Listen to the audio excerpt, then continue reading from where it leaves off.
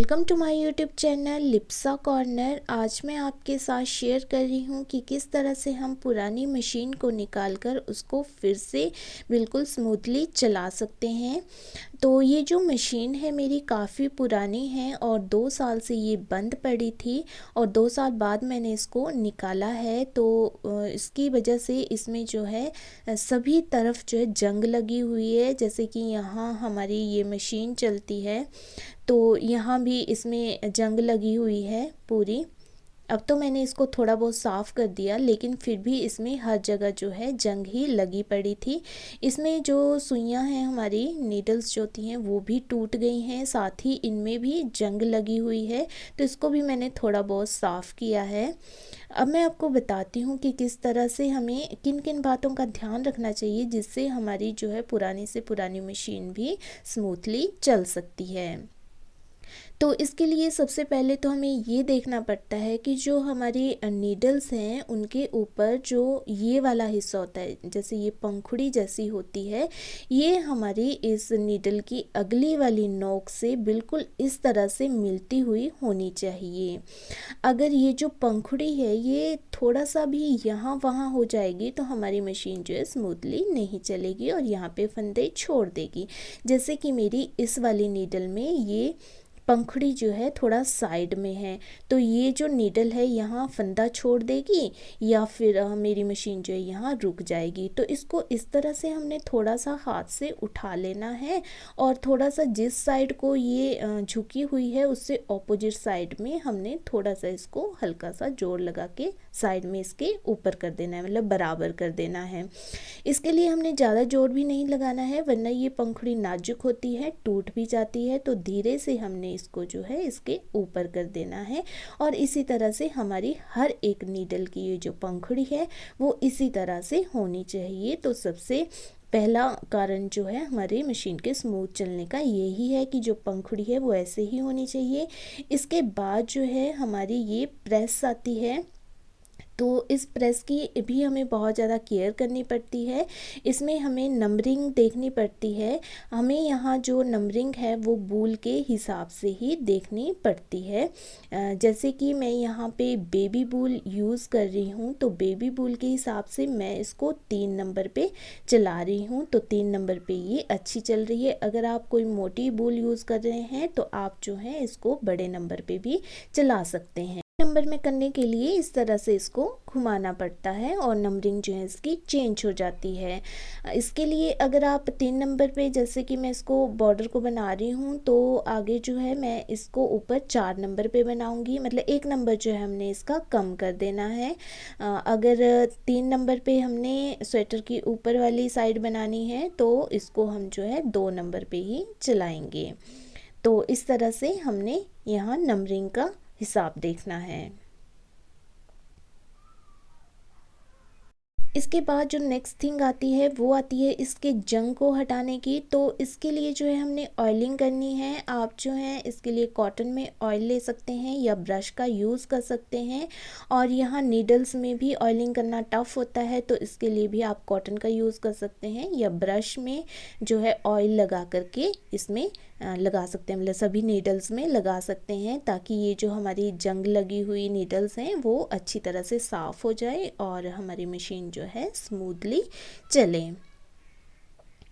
तो इस बात का भी हमने ध्यान रखना है। ऑयलिंग जो है बहुत ही ज़्यादा इम्पॉर्टेंट है इस मशीन के लिए। साथ ही ये जो यहाँ पे इस तरह का बेड जिसको हम बोलते हैं, मशीन का बेड है ये, तो ये जो बेड के जो बीच वाले हिस्से हैं अगर ये दब जाएं नीचे की तरफ, जब हम काफ़ी ज़्यादा मशीन को चलाते हैं तो ये दब जाते हैं, तो इनको भी हमने किसी चीज़ की हेल्प से ऊपर की तरफ उठा लेना है और देखना है कि ये बिल्कुल ही बराबर होने चाहिए।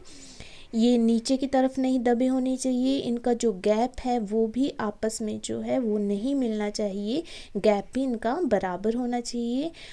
उसकी वजह से भी हमारी मशीन जो है काफ़ी स्मूथ चलती है।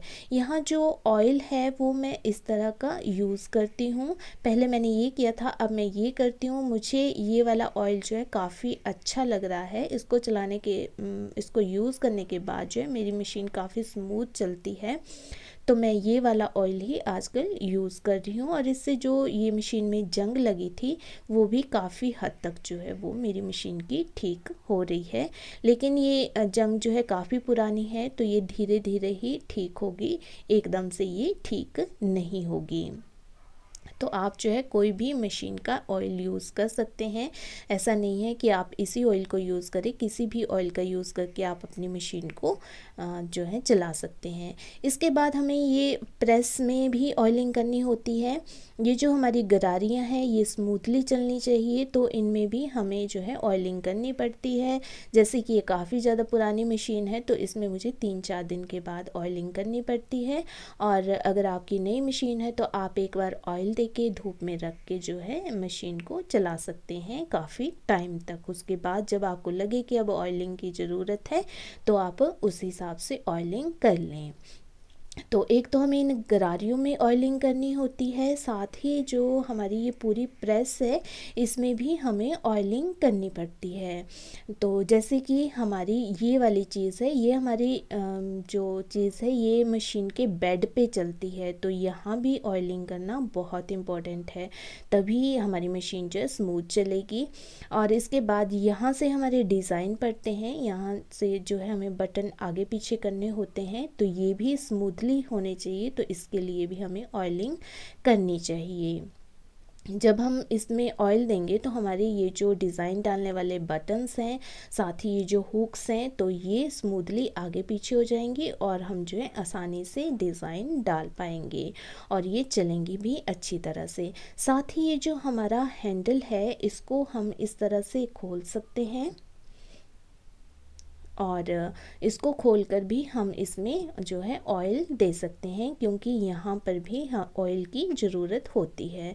तो इसमें ऑयल देंगे तो हमारे हैंडल के जो यहाँ पे हैं तो ये मजबूत बना रहेगा और अच्छी तरह से ये हम इसको हैंडल कर पाएंगे। तो इसी तरह से हम दूसरी साइड भी दे सकते हैं। और इसके बाद जो है हम जो प्रेस है हमारा उसके इन वाले हिस्सों को अलग करके भी ऑयलिंग कर सकते हैं। मतलब जैसे हमने धूप में डालना है तो हम जो है इस पूरी मशीन के हिस्से को खोल सकते हैं, जैसे कि मैं यहाँ इनको खोल रही हूँ। तो यहाँ मैंने स्वेटर बनाई थी, इसकी वजह से यहाँ पे धूल भी जमी हुई है, तो इसको भी हमने जो है साफ़ कर देना है। साथ ही हल्की हल्की यहाँ भी ऑयलिंग कर लेनी है। मतलब एक तरह से कहा जाए तो पूरी ही मशीन में ऑयलिंग की ज़रूरत होती है, और बिना ऑयलिंग के मशीन जो है स्मूथ नहीं चलती है। ऑयलिंग के बाद हमें नीडल्स का भी ध्यान रखना होता है। हमारी जो नीडल है इस दो जो ये हमारे पास यहाँ हुक्स हैं इनके बीच में ही होनी चाहिए। अगर हमारी नीडल इस तरह से हो जाती है तो हमारी मशीन चलती नहीं है, या फिर हम मशीन को चलाते हैं तो हमारी नीडल जो है टूट जाती है। तो ये जो हमारी नीडल्स हैं बिल्कुल इस तरह से होनी चाहिए, और इससे भी जो है हमारी मशीन काफ़ी स्मूथ चलती है। और इसमें एक और बात है कि हमारी जो पीछे वाली नीडल्स हैं वो इतनी ही पीछे होनी चाहिए और आगे वाली जो है बिल्कुल आगे होनी चाहिए, इससे भी हमारी मशीन जो है स्मूथ चलती है। साथ ही ये जो हमारी पीछे वाली नीडल है ये हमारी, जैसे कि मैंने बताया, कितने आगे होनी चाहिए, ये इतनी सी भी आगे नहीं होनी चाहिए। अगर इतनी सी आगे होगी तो हमारी मशीन नहीं चलेगी। और कई बार जो है ऐसे सोच लेते हैं कि हमारी मशीन ख़राब हो गई, हमारी मशीन चल नहीं रही है, लेकिन कारण सिर्फ ये इतना सा इस नीडल का आगे होना होता है। अगर ये इतनी सी आगे होगी तो हमारी मशीन कभी नहीं चलेगी। या तो ये इतनी आगे होनी चाहिए या बिल्कुल पीछे होनी चाहिए, तभी जो है हमारी मशीन स्मूथली चलेगी। तो यहाँ बहुत सारे लोग जो हैं गलती करते हैं, ये सबसे बड़ी गलती होती है। जब भी मैं सिखाती हूँ किसी को मशीन नीटिंग तो उसमें ये सबसे बड़ी गलती है कि थोड़ी सी ही सुई जो है हमारी आगे हो जाती है और लोग सोचते हैं कि हमारी मशीन जो है ख़राब हो गई, अब हमारी मशीन नहीं चलेगी।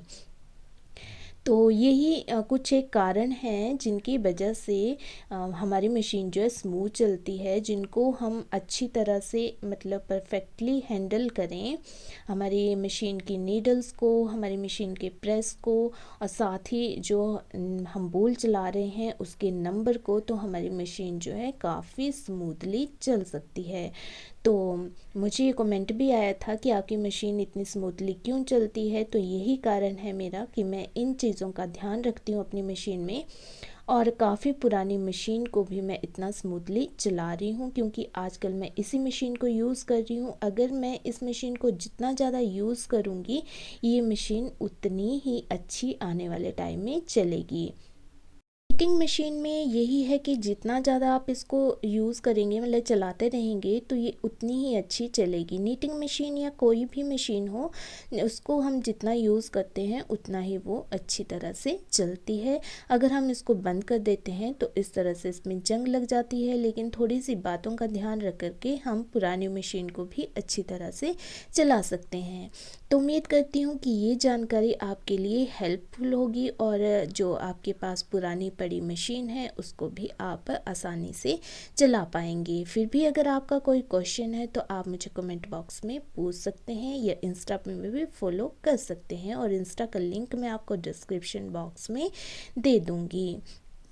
तो मेरी इसी तरह की वीडियोस देखने के लिए अगर आपने मेरे चैनल को सब्सक्राइब नहीं किया है तो सब्सक्राइब कर दीजिए। वीडियो पसंद आए तो वीडियो को लाइक और शेयर कर दीजिए, और मेरी वीडियोस देखने के लिए नोटिफिकेशन बटन पर भी क्लिक कर दीजिए। Thank you.